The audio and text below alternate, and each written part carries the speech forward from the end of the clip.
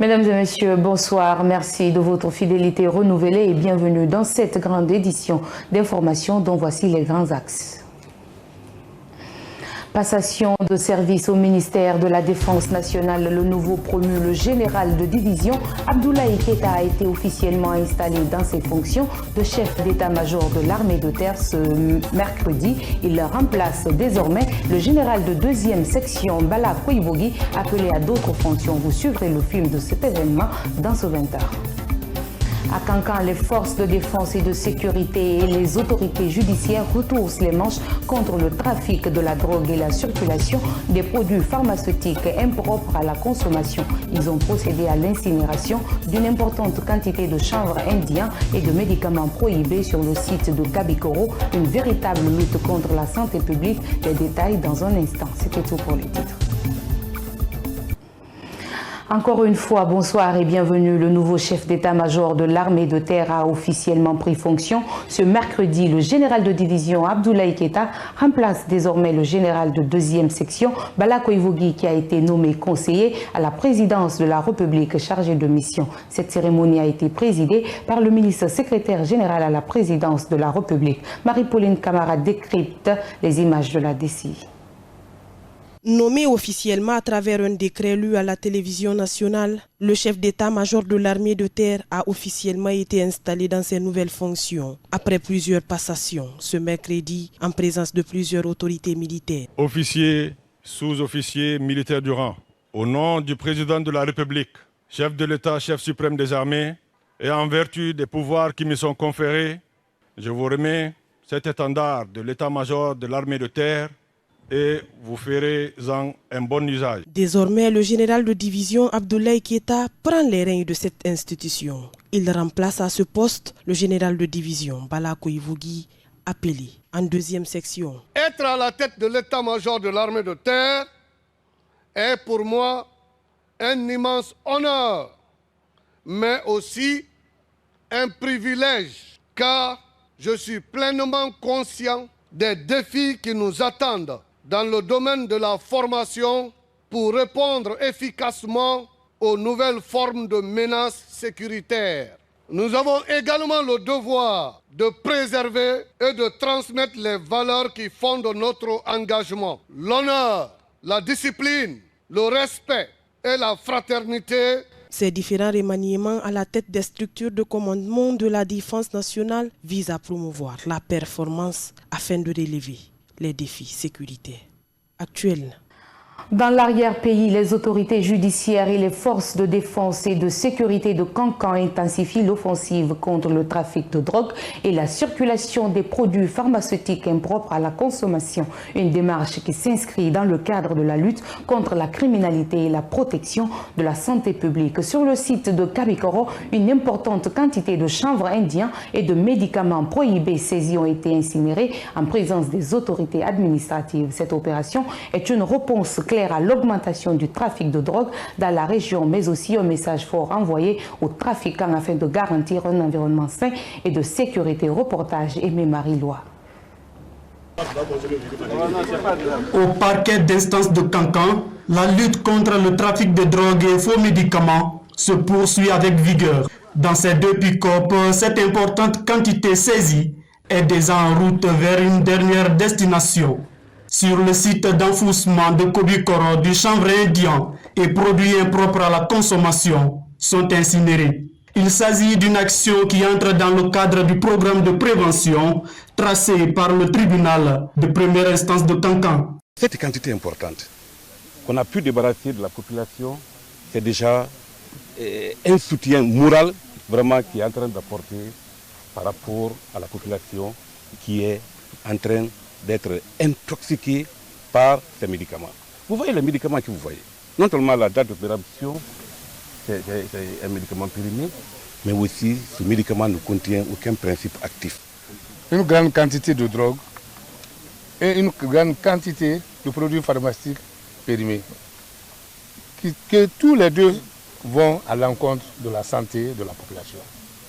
Si la justice a trouvé ça normal et ordonné l'incinération de ça là, et aux yeux de tout le monde, je remercie la justice aussi pour son bien pour ce qu'il a pensé à faire. Pour le parquet d'instance, la lutte continue et toutes les dispositions sont prises pour traquer des distributeurs de faux médicaments et consommateurs du chanvre indien. Une nouvelle victoire des forces de défense et de sécurité contre le banditisme et la délinquance. 800 kg et quelques boules de chanvre indien, 125 kg de produits pharmaceutiques périmés, entre guillemets amodiaquine et hydrochloride, et 135 paquets de tramadol. L'incinération de ces produits et drogues constitue un avantage pour la lutte contre la drogue et la grande criminalité. Mais le contraire constituerait des ambiguïtés, des menaces à la sécurité publique. Les autorités judiciaires et les forces de défense et de sécurité sont plus que jamais déterminées à poursuivre les opérations sur le terrain pour stopper les pratiques illégales qui mettent en péril la santé et la sécurité des citoyens. Restons toujours à l'intérieur du pays pour parler de Mohamed Kamara, un jeune diplômé qui, après ses études supérieures à Kankan, s'est lancé dans le métier de la coiffure dans le but de satisfaire ses besoins. Grâce à elle, Mohamed Kamara a fait beaucoup de réalisations et il arrive à satisfaire ses besoins. Suivez la correspondance de Moussa Beredou Kondé. Dans la préfecture de Sigiri, les jeunes diplômés se sont lancés dans les différents métiers pour subvenir à leurs besoins. Ces jeunes diplômés en lettres modernes à l'université de Kankan est aujourd'hui l'un des grands coiffeurs de la ville aurifère, malgré son niveau d'études. Avant, il n'y avait pas assez de considération au niveau de la coiffure parce que les gens ne considèrent pas qu'elle. Mais aujourd'hui, alhamdoulilah, nous, on commence à avancer un peu. Grâce à cette unité aujourd'hui, moi, je suis comme ça. C'est grâce à cette coiffure que Mohamed Kamara parvient à satisfaire sa famille. Si après les études, il reste sans emploi, aujourd'hui, la coiffure est devenue sa profession après beaucoup d'atouts. Je fais beaucoup de choses à travers ces métiers. Donc, moi, je fais l'appel à toutes les jeunesses et celui qui a envie de le faire aussi encore. C'est mieux de le faire maintenant. Quand tu termines tes études, on ne souhaite pas, ou même si vous n'avez pas fait l'étude, vous restez dans le grain ou dans les cafés-bars. Là, si vous faites ça, c'est mieux que tout ça. À retenir que l'école forme les gens et la vie choisit ses hommes. Faire un métier est un moyen de lutter contre une vie parasitaire. Revenons à Conakry cette fois-ci pour parler de Ouri Bailo Kanté, handicapé, de son état qui se déplace à l'aide d'un fauteuil roulant. Malgré son état actuel, Ouri Bailo Kanté, professeur de chimie au lycée Koléa, marié et père d'une fille, continue tant bien que mal à vivre sa passion. Bintou Touré et Wandel Kamara, reportage. Incroyable mais vrai, Ouri Bailo Kanté, handicapé de son état, dispense des cours de chimie au lycée de Koléa depuis plusieurs années. Cet amoureux de la craie se déplace à l'aide d'un fauteuil roulant. Malgré tout, Ouri Bailo Kanté n'a de passion que dans l'enseignement. Marié et père d'une fille, Ouri Bailo explique son aventure. Je travaille avec les élèves, soit à domicile ou bien au lycée même ici, parce que je venais ici avant que je sois engagé en 2018. Je peux dire que ça dépend de Dieu, mais aussi de mon courage. Parce que j'ai franchi tous les cycles, à savoir primaire, collège, lycée, université. Et je me suis battu pour que je sois engagé. Dieu merci, aujourd'hui je suis fonctionnaire d'État en tant que professeur de chimie au lycée collège scolaire.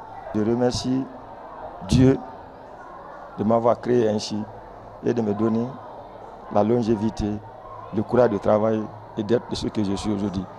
Mais aussi de remercier mes parents, plus particulièrement ma mère, qui a tout fait pour moi, qui a acheté ce vélo-là depuis 1996, aujourd'hui décédé, paix à son âme. Sidiki Kourouma est l'un des élèves de Ouri Bailo Kanté. Selon lui, c'est l'un des meilleurs professeurs de chimie. Il est à encourager et à accompagner. Malgré son état de santé, il nous explique très bien le cours.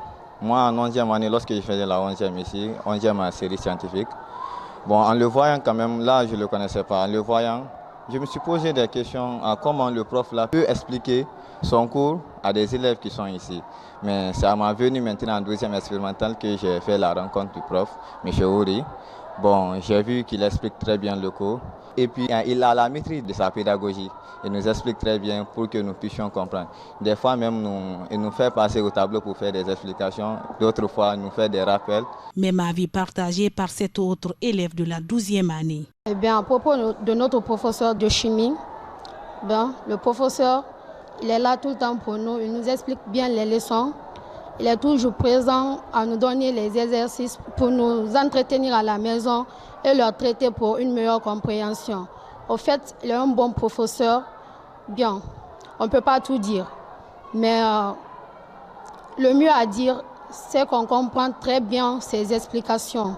Par la même occasion, Ouri Bailo Kanté invite les autres handicapés à ne pas se ridiculiser, car selon lui, il n'y a pas de saut métier. Je vais juste les demander de faire un petit métier, le petit qu'il soit, parce qu'il y a un adage qui dit qu'il n'y a pas de saut métier. Donc avec le petit métier là, on peut se débrouiller au lieu de se mettre à travers les voitures, la route, quémander les gens. On dit souvent que la main qui donne est toujours supérieure à la main qui reçoit. C'est ce qui a fait que je me suis battu pour être de ce que je suis aujourd'hui. Ouri Bailo Kanté continue néanmoins à suivre son petit bout de chemin malgré ses maigres moyens. Donald Trump a signé son retour spectaculaire sur la scène politique américaine. Le milliardaire politique est devenu le 47e président des États-Unis après un coude à coude avec la figure emblématique du Parti démocrate, Kamala Harris. Sur la question d'actualité, nous allons prendre Abdourahmane Dia depuis Washington pour encore avoir d'amples informations sur le sujet.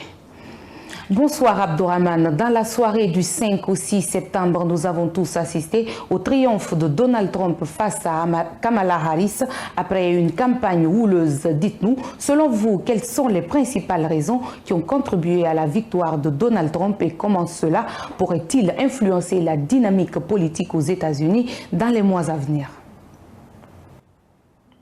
Alors, la victoire de l'ancien président Donald Trump, donc le nouveau président élu, a été attribuée à plusieurs facteurs, notamment la mobilisation de sa base traditionnelle. Sa base traditionnelle s'est mobilisée pour voter pour lui. Mais beaucoup d'analystes ont également constaté que chez les démocrates, Kamala Harris n'a pas eu, la vice-présidente Kamala Harris n'a pas eu le même nombre de votes auprès de la base traditionnelle démocrate. Elle a eu un score moins élevé que Joe Biden en 2020, par exemple, dans les zones urbaines qui votent traditionnellement démocrates. Elle a eu moins de votes, par exemple, à Philadelphie, qui est une grande ville de l'État de Pennsylvanie, la Pennsylvanie que Donald Trump a remportée, donc ce qui a contribué à sa victoire. Donc les démocrates s'attendaient à une mobilisation de leur base traditionnelle, ce qui semble-t-il n'a pas été le cas. Alors l'autre raison, c'est que beaucoup estiment que le discours de l'ancien président Donald Trump a résonné auprès de beaucoup d'Américains sur des questions notamment liées à l'économie, le taux d'inflation qui est très élevé. Il a promis de mettre fin à cette montée galopante de l'inflation. Il y a également la question de l'immigration qui préoccupe ici beaucoup d'Américains, qui reprochent à l'administration Biden et donc au vice-président Kamala Harris d'avoir été assez laxiste sur la politique migratoire et d'avoir laissé des millions de personnes entrer illégalement dans le pays. Donc certains pensent que ça a aussi résonné auprès de certains Américains. Alors, comment les partisans de Donald Trump expriment-ils leur enthousiasme et leur espoir pour l'avenir après que Donald Trump ait pris le dessus sur Kamala Harris?